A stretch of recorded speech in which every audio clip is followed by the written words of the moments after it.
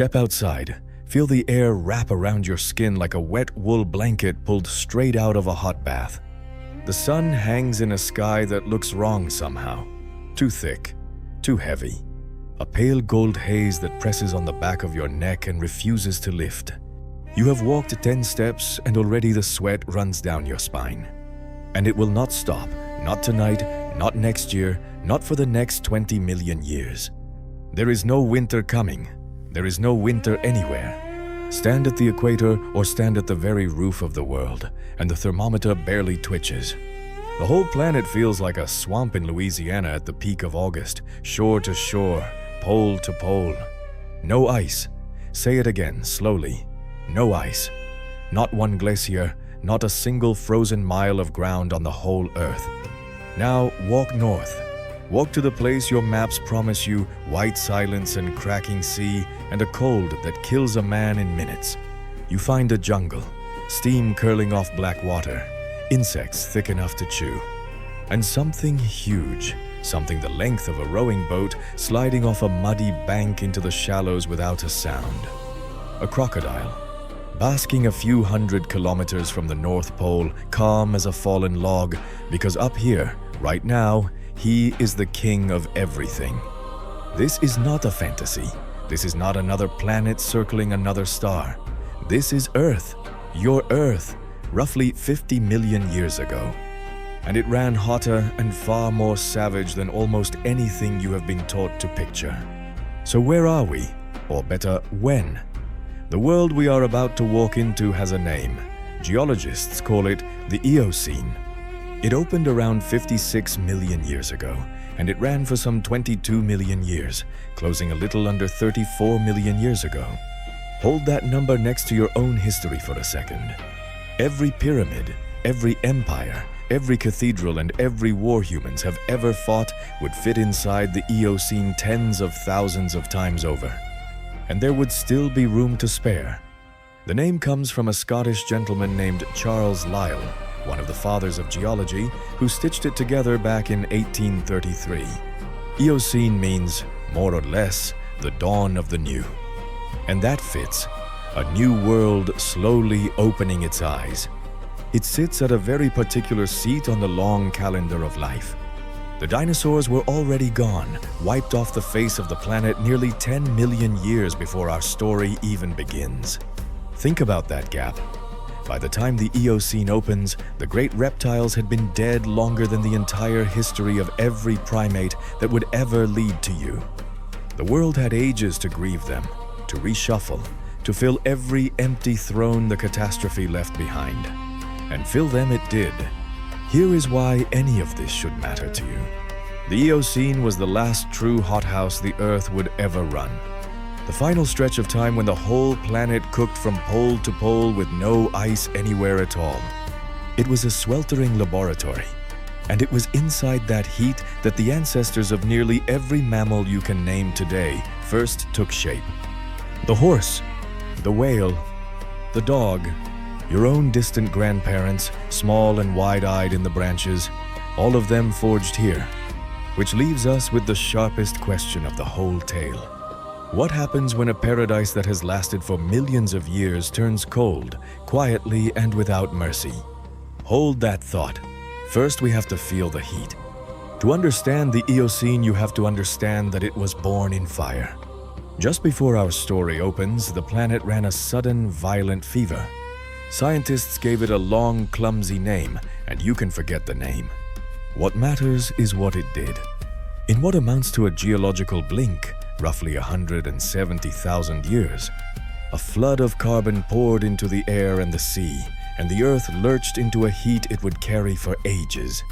By the time the Eocene is in full swing, the average temperature of the planet sits somewhere between 8 and 10 degrees Celsius above where it stands today. 8 degrees. It sounds like nothing when you are squinting at a weather app on a Tuesday. But this is not one warm afternoon. This is the baseline. Everywhere, all the time, forever, as far as anything alive back then could tell. And the air itself was different. Carbon dioxide, the very gas we argue about now, sat at maybe 3 or 4 times the level we breathe today.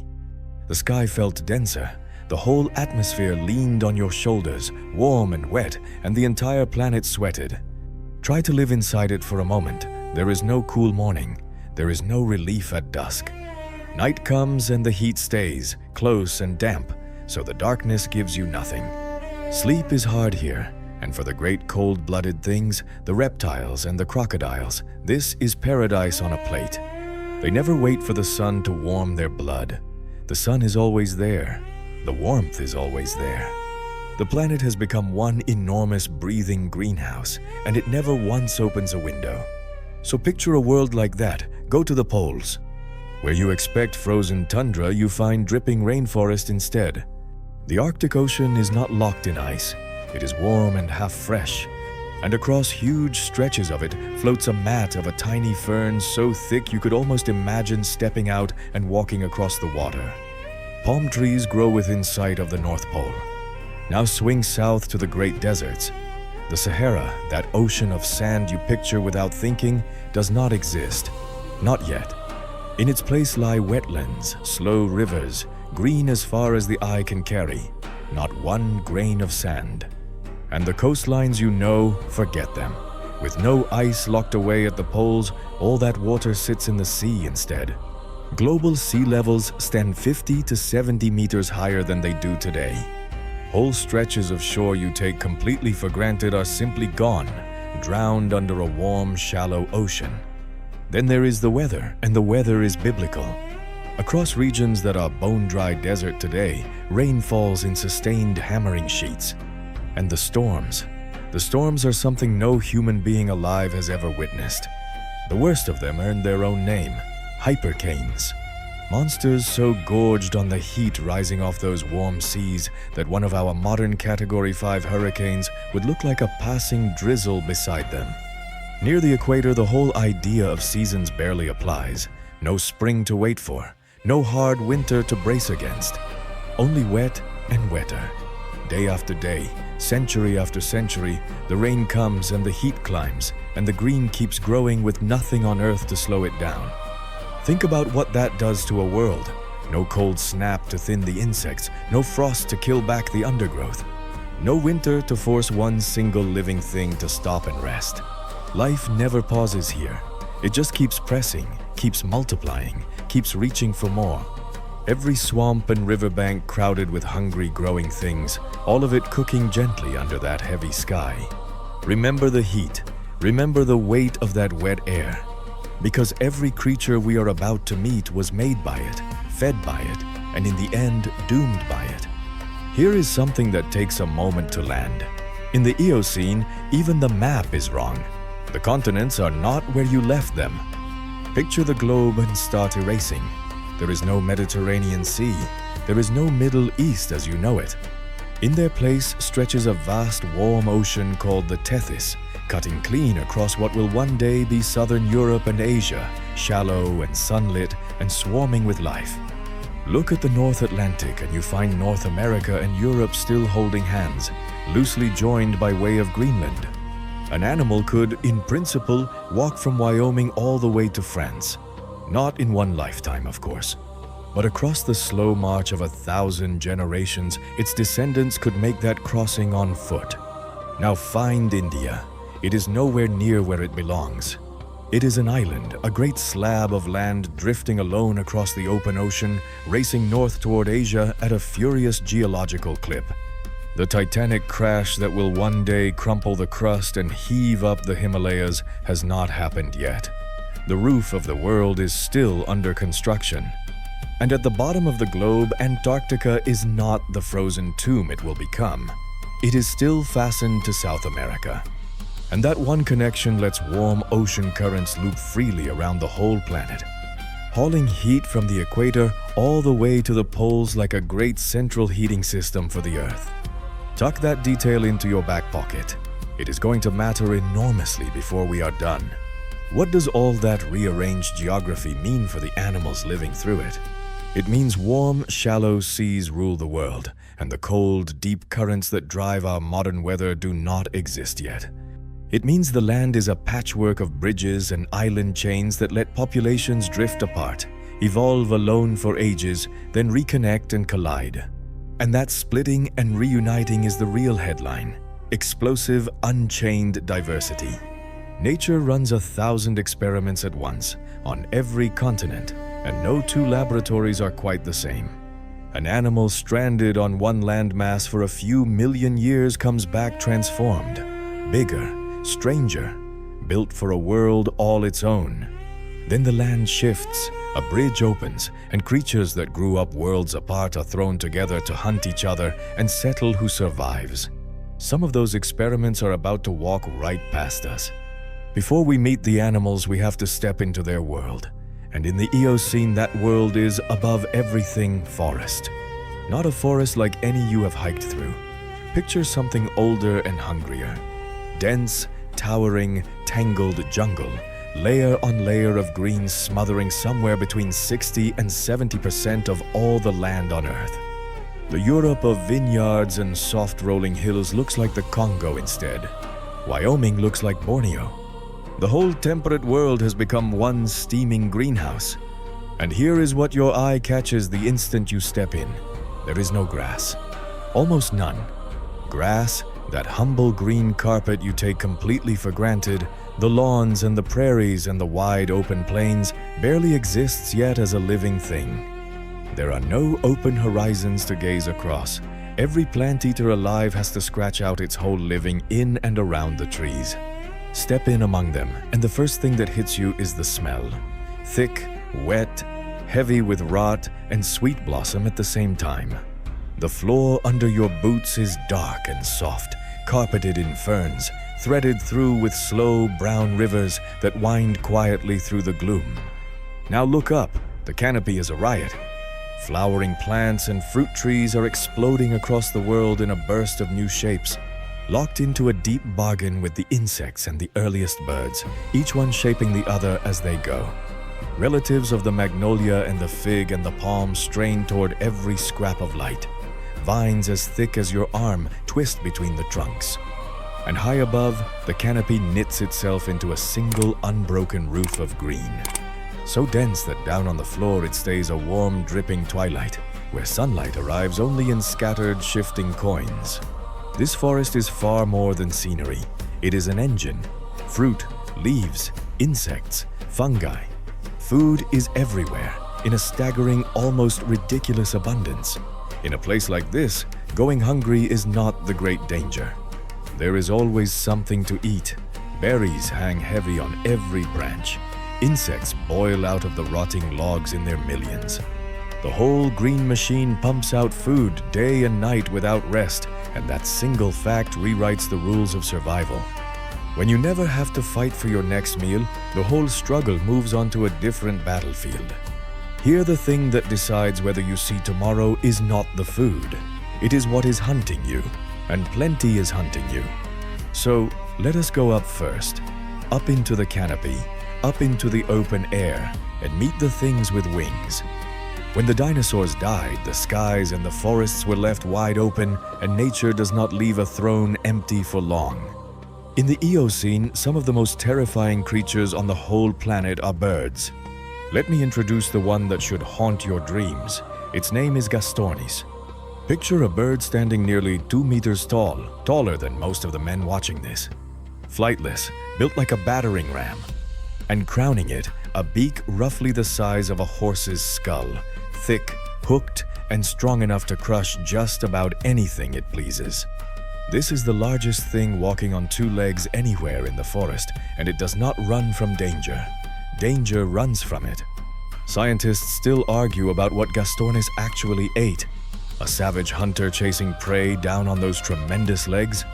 Or a giant that used that monstrous beak to crack the toughest nuts and seeds the forest could grow? We honestly are not sure. And somehow, not knowing whether the thing would swallow you whole or stroll right past makes it worse as it stalks through the forests of Europe and North America. Picture yourself the size of a small dog, which is exactly what a great many mammals of this age were. Now picture that 2-meter shape stepping out of the green ahead, head cocked, watching you. You would not linger to study its diet. You would run. But Gastornis does not own the sky. The earliest hawks and eagles are already on the wing. Primitive but deadly, riding the warm air and scanning the shadows for the smallest twitch of movement. And when the sun drops, the hunting does not stop. Giant early owls take the night shift. Their hearing tuned to a dense, tangled world, a world without the wide, echoing grasslands their descendants will one day patrol. And there is one more newcomer up there, small but about to change the sky forever. In the Eocene, the bats take flight. They are the first mammals ever to master true powered flight, flapping out into the dark to feast on the endless clouds of night insects. Your own warm-blooded kin, quietly conquering the open air. Put it together and the lesson is simple. In the Eocene, the sky is never empty. By day, the hawks circle and Gastornis prowls the floor. By night, the owls glide and the bats pour out in their thousands. There is no safe hour. Look up, and something up there is always looking back. Now, quick pause. If this world is pulling you in, hit subscribe, because the next part is where it gets strange, and I promise you it is worth staying for. Because for all the terror of those giant birds, the Eocene belongs, in the long run, to the mammals. This is their moment. The era when the warm, furred survivors of the great extinction finally come into their own. And here in these forests they are weird, they are wonderful, and they are still working out exactly what they are going to become. Start with the hoofed animals. The ancestors of the horse, the rhino, the tapir are all here, and you would never recognize a single one. Take the so-called dawn horse, a little creature no bigger than a fox, picking through the ferns on four-toed feet, nibbling soft leaves close to the ground. Nothing about it says horse. No flowing mane, no thundering gallop, no proud hooves. Just a timid forest browser, the humble seed of everything that will one day run wild across open plains. And among its distant cousins lie the first faint beginnings of a line that will eventually produce the largest land mammal that ever lived. A hornless relative of the rhino so enormous it would make an elephant look small. But in the Eocene, that giant is still only a promise, gathering its size slowly across the long roll of generations. Then there are the primates, small, wide-eyed, nimble little things gripping the branches in the green twilight. And these are family. These are your own far-back grandparents, the deep root of the human line. One of the most famous of them, a lemur-like animal from the European forests, left behind a fossil so complete and so perfectly kept that we can read its little body almost like a photograph. Look closely and the blueprint is already there. Grasping hands, forward-facing eyes. A brain learning to judge distance and leap with confidence through a world made of branches. The quiet machinery of what will one day, far down the line, become us. But the single most astonishing story of the whole era, the one that still stops scientists cold, is unfolding down at the water's edge. Because in the Eocene, a four-legged land mammal is walking into the sea, and it is never coming back. It starts with a creature that looks for all the world like a wolf living along the riverbanks, already wading in, already learning to hunt in the shallows. Then comes something stranger, an animal that can still stagger across land but slips into the water and swims like a crocodile, its whole body rippling. The great change is happening right there in front of us, in real time, one generation at a time. Their legs shrink, their tails thicken and strengthen. Their nostrils begin a slow, astonishing crawl up the skull, drifting back toward the top of the head until one day they will surface as a blowhole. And by the close of the Eocene, the children of those river walkers are fully, completely at home in the sea. The first true whales cruising the warm, shallow oceans of the world. The mightiest animals the planet will ever build began as something you could have stepped right over on a muddy bank. That is the power of the Eocene. Give it enough time and enough pressure, and it turns a creature that walks into a creature that fills the deep. We have talked a lot about abundance. Endless food, endless forest, life teeming in every direction. Do not be fooled for a second. The Eocene is no paradise. Under all that lush green runs a current of constant grinding violence. This is a world at war with itself. Start down on the floor where the killers live. There are wolf-like hunters here, mammals with strangely small hooves on their feet, animals whose ancestry never meant them to be meat-eaters at all. But habit made them killers and they committed to it entirely. And then there are the true apex predators of the age, brutes with skulls engineered for one job, the crushing of bone. When one of these closes its jaws on you, it is not negotiating. So for every medium-sized plant eater in the forest, life is lived in a permanent low hum of dread. Make no mistake, this forest is not peaceful. Now look up into the canopy, and the war takes a quieter, sneakier shape. Early primates, early rodents, and squirrel-like climbers are locked in a three-way scrap over the same prizes. The ripest fruit, the fattest insects, the safest hollows to nest and hide in. And every one of them wrestles with the same brutal arithmetic.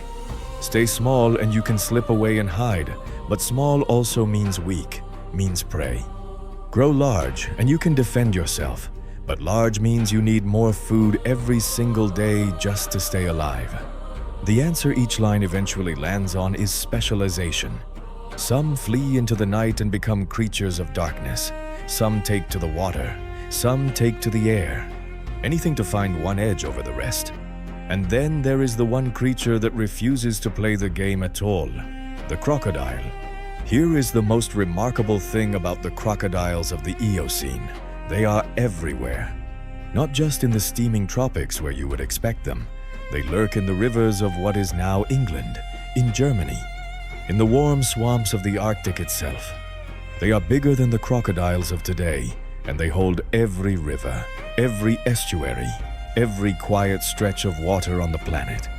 And while the mammals around them are experimenting wildly, sprouting new shapes and sizes in a frantic scramble to survive, the crocodile does none of it. It does not need to. It is already finished, already perfect. It waits and watches and carries on exactly as it has for tens of millions of years. The hothouse suits it just fine, unchanged, undefeated. And the war is not only on land. Out in those warm coastal seas, the young whale ancestors we just met step into a battlefield of their own. Forced to fight sharks and enormous sea turtles for every mouthful of fish. These are the first tense meetings between a creature that used to walk and the ancient hunters of the open water. The newcomers have no fins yet, no great size, none of the weapons their descendants will one day carry. They have only their wits and their hunger, and they are learning the rules of the ocean the hard way.